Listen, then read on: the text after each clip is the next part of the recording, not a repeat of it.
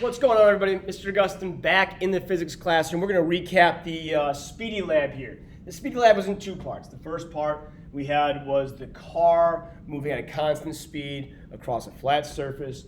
And the second part was our bowling ball down the big ramp near the lower glass commons. Okay? So what I have on the board here are our basics. We took our data already, but I've already gone ahead and sketched these graphs for the car and the bowling ball. So with the car, our graph was pretty linear off the bat. We didn't need any linearization. It was perfect the way it was, nice and linear. So we go ahead and we make our equation from that. And after we analyzed and discussed, what we realized was that our slope had units that were equal to centimeters because we measured the car in centimeters per second. That was the unit of my slope. And we decided that this rate of change of position over time had a fancy name, and we called that velocity. So centimeter, or any kind of position or change in position over time, we called that velocity. So it was a definition that we came up with in class. We can go ahead and record that over here, that velocity is a vector, is a change in position per or over time. And that's a verbal explanation of what we could say that velocity is equal to change in the x over time. That would be a mathematical representation of that statement, but this is what we came up with here for our slope of the car.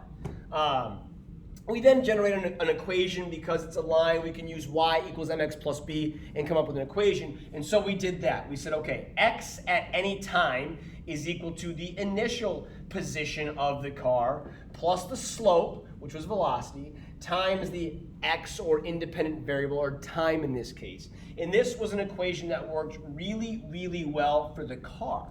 Now, the reason this worked so well for the car was only because this object was in constant, or at constant velocity. If the object was not at constant velocity, this equation, this statement, mathematically does not hold true. It doesn't help us necessarily.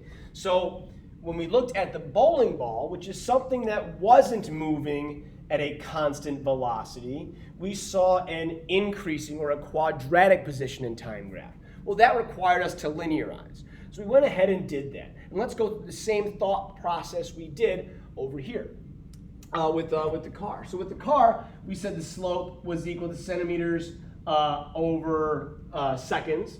But with the linearized position in time graph, the slope now is, well, it's meters, because we measured the bowling ball in meters, not in centimeters, because it was much larger.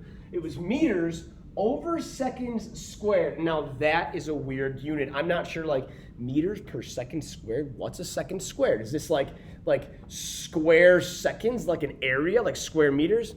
But it's not. Instead, what we say is it's actually kind of like meters per second. It's a rate of change of velocity, a change in velocity over time. What this means is that there's a constant change in the velocity of the bowling ball every second. And we gave this a name. We said that this was actually a measurement of acceleration. And then we went ahead and defined acceleration. We said that acceleration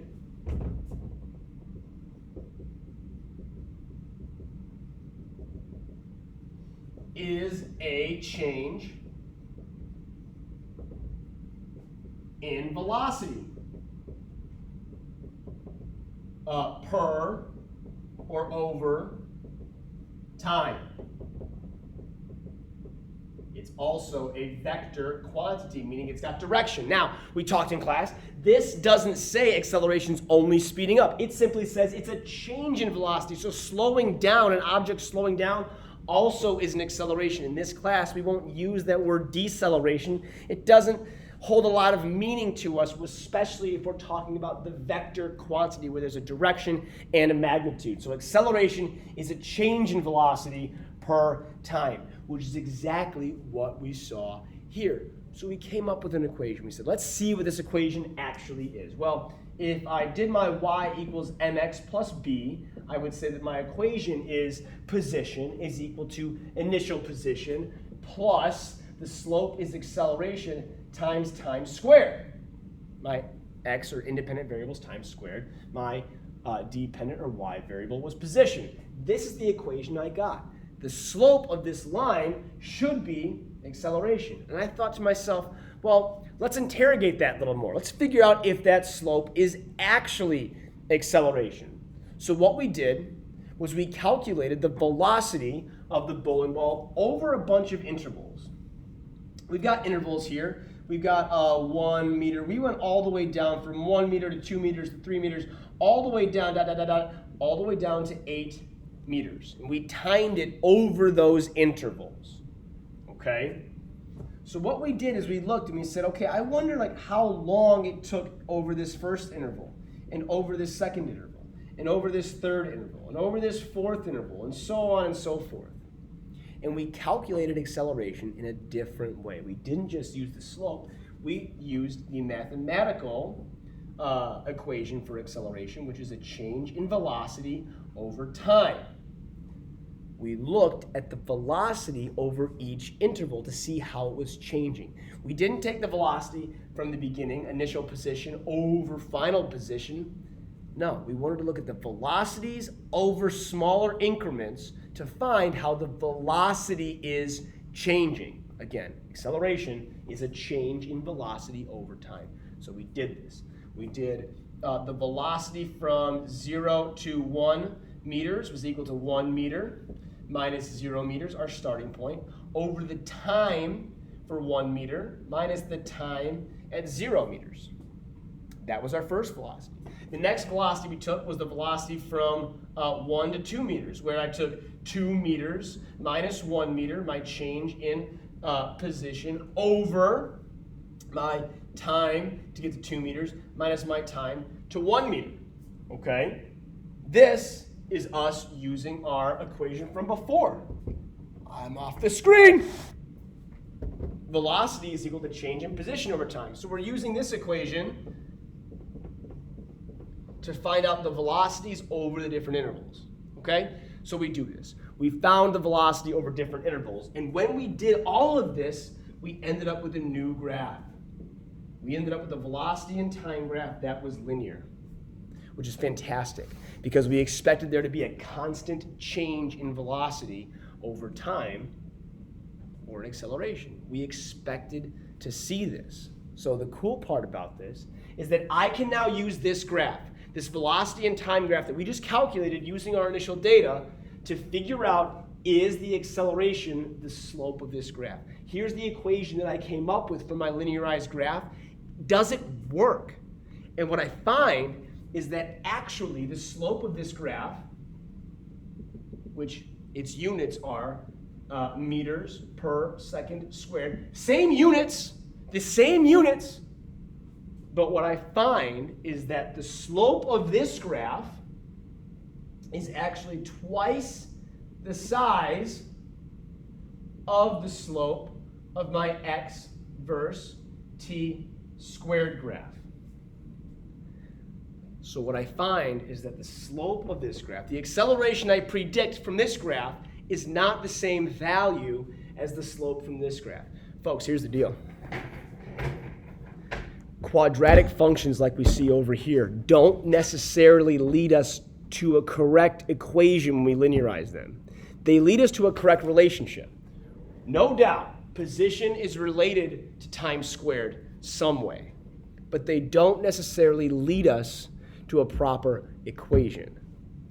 Graphs that we graph linearly will lead us to a proper equation. So let's go here. Let's look at the equation we get from this line. If I take my y equals mx plus b, what I find is that this is velocity is equal to the initial velocity, or y-intercept, plus the acceleration in time.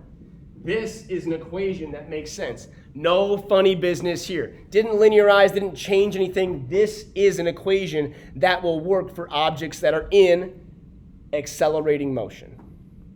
Going back up to my quadratic position and time graph is weird. Let's take an aside for a second.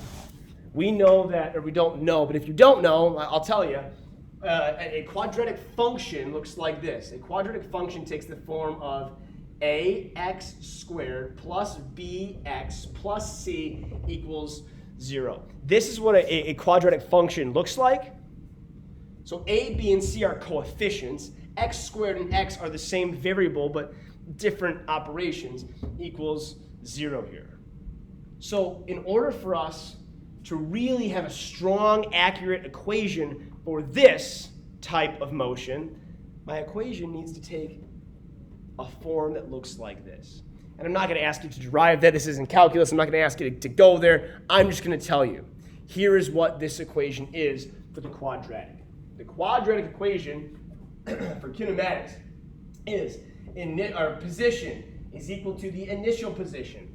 That's my c value, plus initial velocity times time.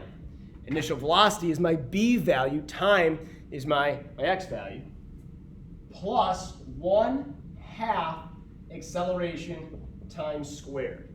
This is another equation that works for objects that are in constant acceleration like the bowling ball.